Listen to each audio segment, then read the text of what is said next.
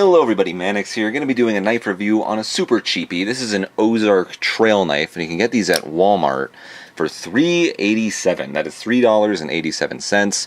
So including tax, it's going to be less than a $5 bill. So yeah, prices for folding knives don't really get too much cheaper than this.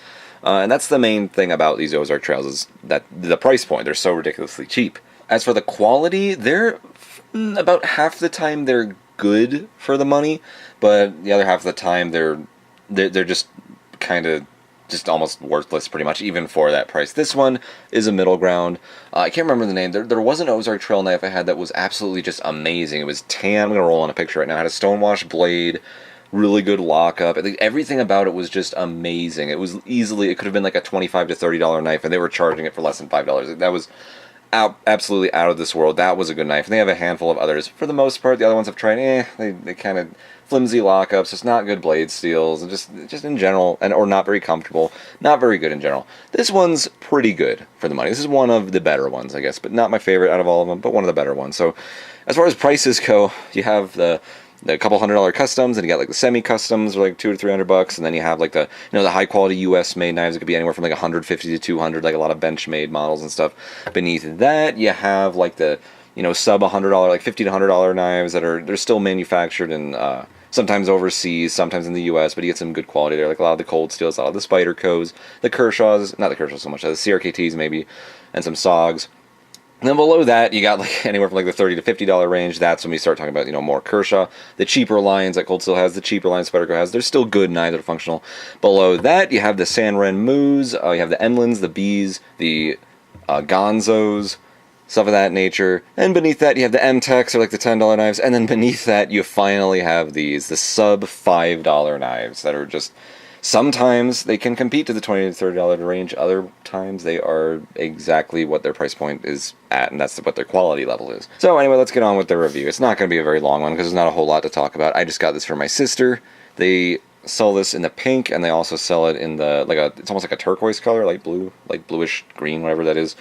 But yeah, the pink one. And I happen to actually like the color pink, but of course, everyone's gonna think you're, if you're a guy and you have pink, yeah, I know that's unfortunate. But I happen to like the color. But it has aluminum scales right here. We have full stainless steel liners. They are milled right there, so that adds some texturing. Not too bad. Doesn't really add a whole lot, but whatever. It's actually a really, really comfortable grip right there. Very comfortable knife. Very good ergonomics. Feels very solid because generally when you use metal handles, even on really cheap knives, you can get it to seem pretty, high quality for what it is. Let me pull up the specs here. These are all my own measurements, so they're very, kind of flimsy, but 2.9-inch blade, 2.68-inch cutting edge, just about. It's a little bit shorter than that. The handle is 4 inches long, and the overall length is 7 inches long. By the way, it is a liner lock. It is tip-down right-hand carry only, like a lot of them. Yes, that's kind of unfortunate. Good pocket clip here. Actually, a very, very well-done pocket clip. High quality for what it is. I like the skeletonized there. It's like a little cloaking device, because you can see through it, and you see the pants, so it's even more covert.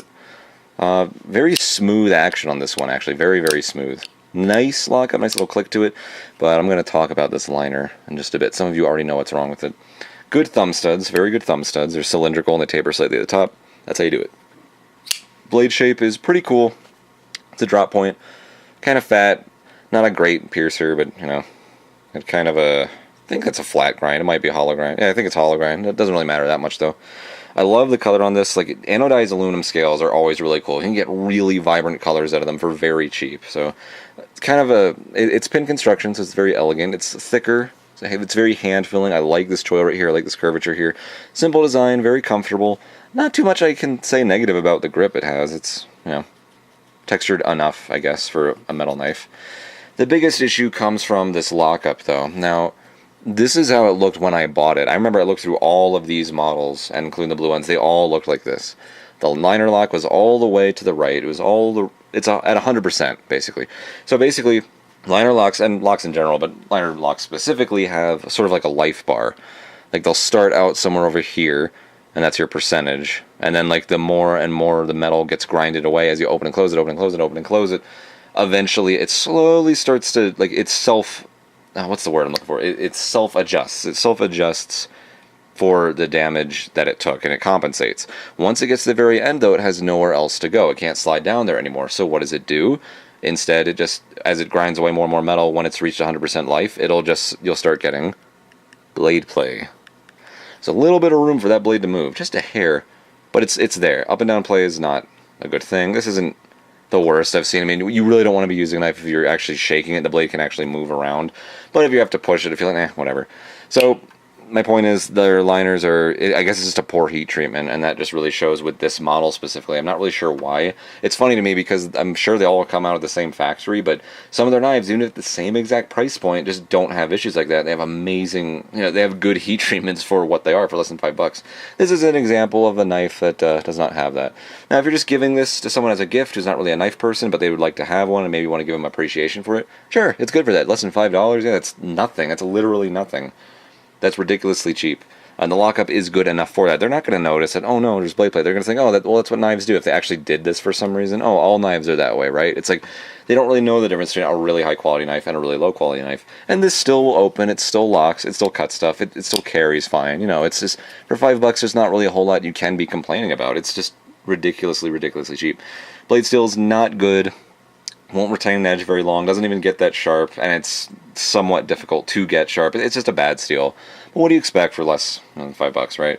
Overall, it's cool looking, it's pretty comfortable, it does work, it is a knife, and you would have to take care of it, but it's basically a good gift idea. These Ozark Trails, gift ideas for people who aren't really into knives, but you want something that will work enough. It's not terrible. There's some bad knives out there that are priced that cheap for a reason, that just break apart, just really flimsy, just nothing good about them. The Ozark Trails are a step above that. They're a step above the complete junk, like, out of the question bad knives.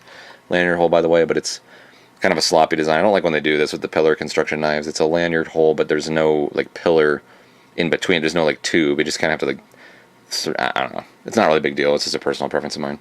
Not that it really matters that much, but, yeah, that's all there is to say about it. It's nice looking knife, though. Pretty cool for the money, I have to say. Other than that, there's not really a whole lot to say about it. Just an okay, cheapo knife. Lockup is not good, though, on this one. No, it's weigh it. I actually forgot to do this. And it's hard to find specs on these knives, so I didn't see weight anywhere, so we're going to weigh this together. So it weighs 3.9 ounces. Let's make sure we're getting a consistent weight here. Yep, 3.90 ounces. So, not too heavy, not too light either. Not really a whole lot to say about it other than that. So anyway, that is the Ozark Trail. I don't know what the model name or number of this is offhand. I'll have to go to Walmart and find the packaging and read it. That's how I'll find the number. Even if you look online, good luck finding the model names. It's very difficult too. So anyway, that is it. Hope you enjoyed the video.